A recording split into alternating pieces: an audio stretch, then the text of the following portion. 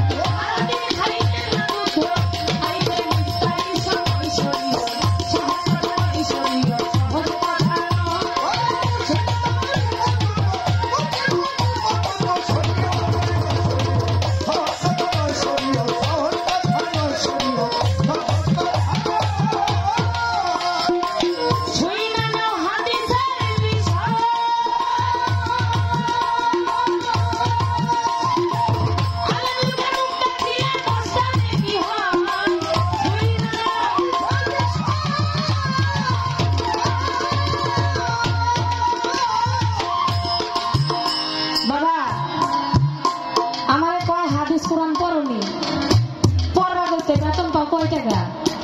হাদিস কোরআনের পড়বা কিনার টাকা আসেনি।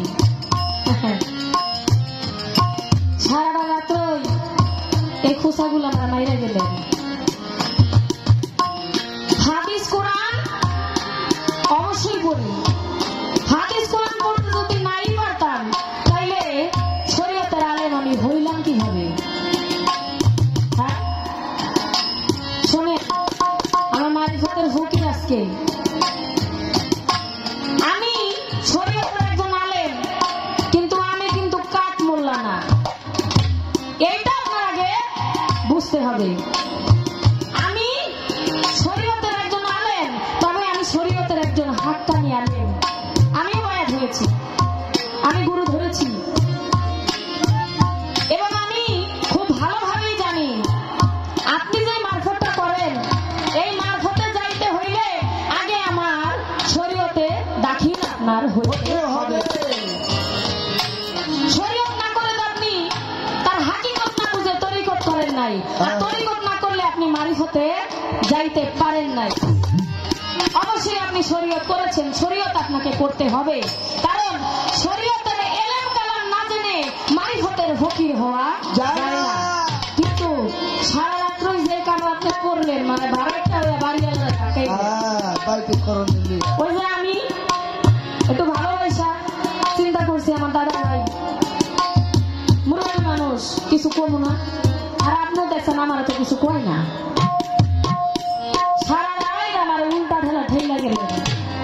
হাদিস কোরআন পড়াই একজন শরীয়তের আলেম আমি হয়েছি। দেখেন আমার গানে কি করে।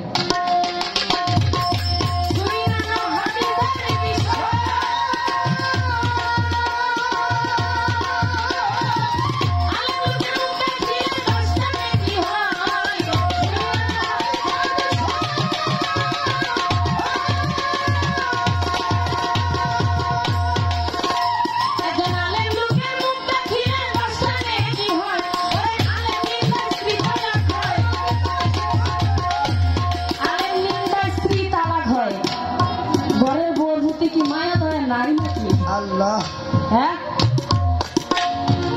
ঘরের বউর মধ্যে যদি মায়া থাকে আবার দাঁড়ায় যা করবেন একটু পুষ করে করেন। বেলাইনে কোনো কথা কইলে কিন্তু বউ থাকবো না,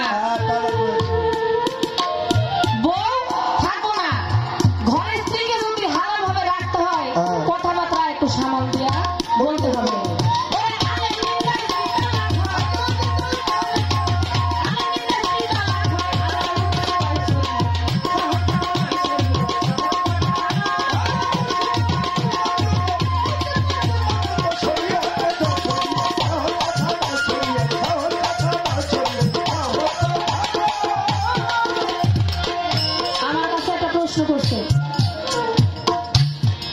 আমাকে প্রশ্ন করলেন,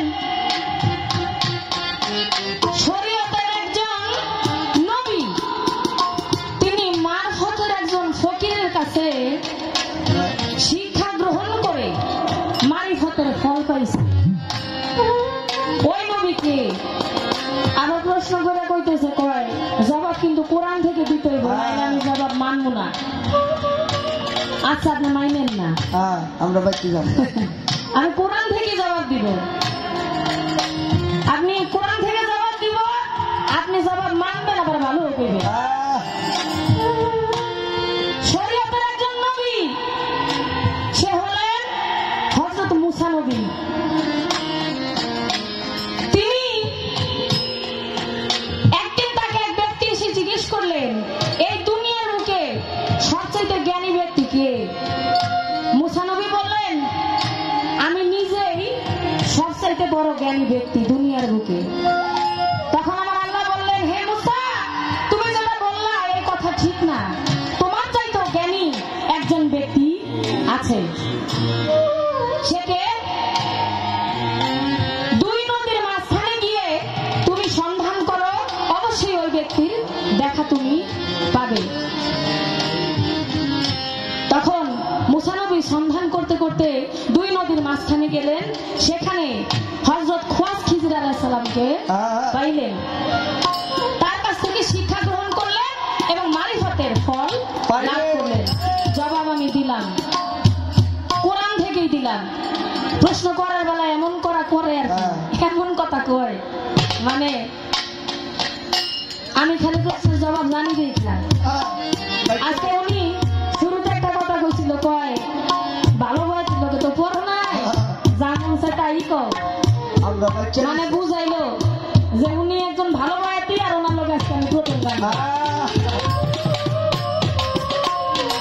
2018-তে গাইছিলাম, এবছরে যে কয়েকদিন আগে হতাশার দরবারে গাইছি। গত মাসে আমার বায়না করে আজকে এইখানে আপনার সঙ্গে আমরা বায়না করছি। অবশ্যই আমি কি জোর করে আইছি? আপনার লোকে গান গাইয়া পারি দেখে কমিটি আমার বায়না করে নাকি আমারে কয় তা ভালো বইতে লোকে গান ধরে নি তো জানুন সেটাই কই। আমি জানুন সেটাই কই, জানুন সেটাই কই। আর আমার যে প্রশ্ন আমি আপনাকে করলাম সারা রাত্র, দেখলাম আপনার কথাই আপনি বকশিস পেয়ে।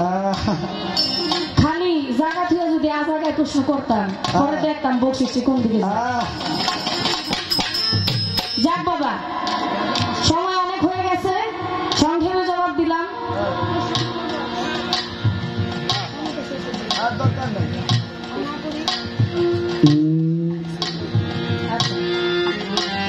আমাদের বিচ্ছেদ গান করতে হবে, তাই পাড়াটাকে আর লম্বা না টানলাম, বিচ্ছেদ গান করতে হবে, বিচ্ছেদ গান করবো।